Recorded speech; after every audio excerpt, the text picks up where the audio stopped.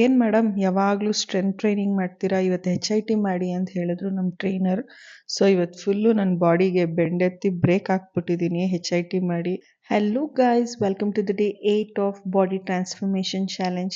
ಅಂದು ಇಂದು ನಾನು ಈ ಚಾಲೆಂಜ್ ಸ್ಟಾರ್ಟ್ ಮಾಡಿ 1 ವೀಕ್ ಆಯಿತು. 1 ವೀಕಿಂದ ಆದಷ್ಟು ಮನೆ ಊಟ ಹೊರಗಡೆ ತಿನ್ನೋದು ಅವಾಯ್ಡ್ ಮಾಡಿದ್ದೀನಿ. ತಿನ್ನಬೇಕು ಪರಿಸ್ಥಿತಿ ಬಂದಾಗ ಹೆಲ್ದಿ ಚಾಯ್ಸ್ನ ಸೆಲೆಕ್ಟ್ ಮಾಡೋದು ಕಲಿತಿದ್ದೀನಿ. ವಾರದಲ್ಲಿ 6 ದಿವಸನೂ ಕಂಪಲ್ಸರಿಯಾಗಿ ವರ್ಕೌಟ್ ಮಾಡಿದ್ದೀನಿ.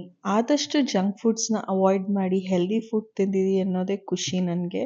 ಇವತ್ತು ಶಾಪಿಂಗ್ ಹೋಗಿದ್ದೆ ಮಲ್ಲೇಶ್ವರಮಲ್ಲಿ.